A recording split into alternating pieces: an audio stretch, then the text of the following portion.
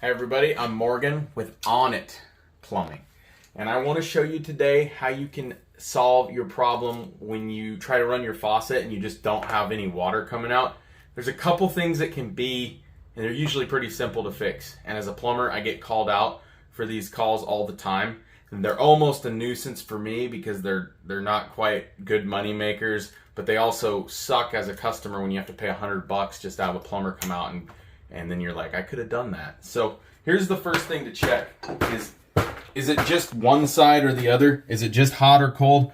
So, okay, it's kind of slow, pretty pathetic. Now let's open the other side. Doesn't change it. That, and if you run just the hot, you can see not only the cold side is slow, but the hot side is too. That means that the clog has to be beyond the cold and hot, which means it's in the spout.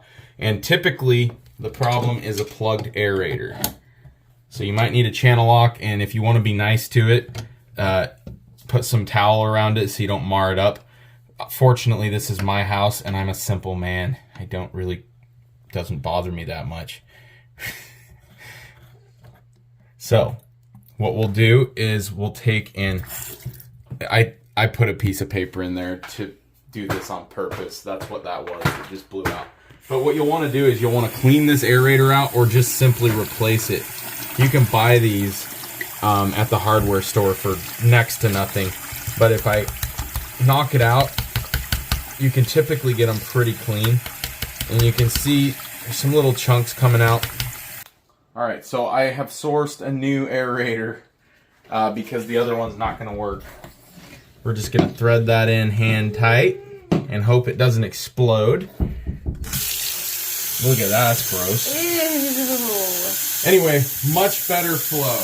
Wow. So you can see what should be a 2-minute job will save you a service call. And that's what you do. I would just recommend just changing out the aerator. Hold on. I would recommend just changing out the aerator. It always works rather than trying to clean out the old ones. But if you're really in a pinch, you can wash out the old ones and typically reuse them. What happens if only one side is plugged? That's what we're going to dive into next. Alright, now here's the second thing that can happen when you have low flow to a faucet. You could run and the cold water is perfectly fine. The hot water has nothing. Okay? Cold water's good, hot water not good. Now this could happen, obviously it could be flipped. It could be that the cold water's bad and the hot water is good. But what you're going to have to do is what's called back flushing. And in order to do that, we're going to need a bucket and a channel lock. So you'll want to get under the sink. Typically you should have shut-off valves. So whatever side is affected, you're going to want to shut off. In this case, it's the hot side. Make sure the faucet handles are in the off position. And then you're going to take, and most of the modern houses look different than this. This is old polybutylene. It's really bad material. And ironically, that's what my house is plumbed in. But what you'll do is with the water off at the valve, you can shut this off. If I turn it on, you'll see water's going to come shooting out. We're going to leave it off. Cold water is still live.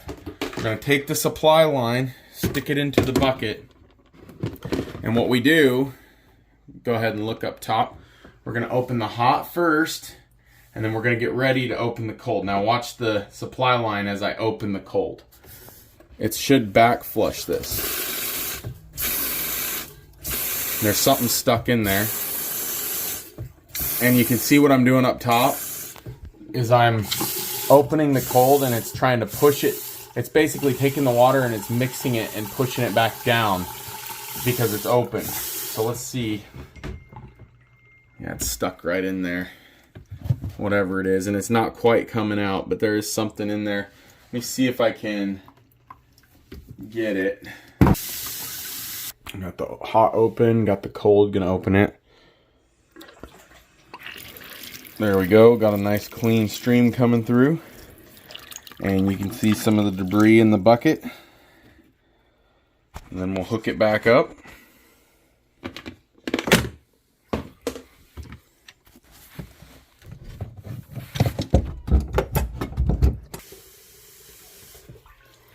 Okay, so now we'll test it.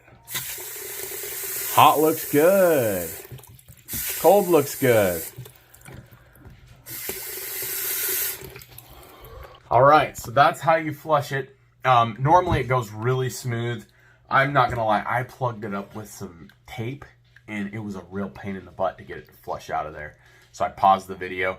But for normal debris and little rust chunks, it'll normally flush out pretty quickly. And if for some reason one of these two methods does not work, then take apart the water at the supply lines like I showed you, run it into a bucket directly from the valve. And if you have good flow there, you've got a faucet that's plugged up, but there's really not much you can do about it other than buy a new faucet and just change it out. If you have bad flow at the valves, that's a bad sign. That's pretty much plumber time. Because it means that the piping itself is obstructed or the valve itself is obstructed, and probably recommend calling a plumber at that point. Hope this helped. Please subscribe. Check it out on the next video. I'll do lots of plumbing tips, and for my customers that are viewing this, also got Oregon adventure videos coming and all kinds of cool things down the pipeline. Go ahead and hit the like and the subscribe, and we'll see you on the next one. Happy flushing.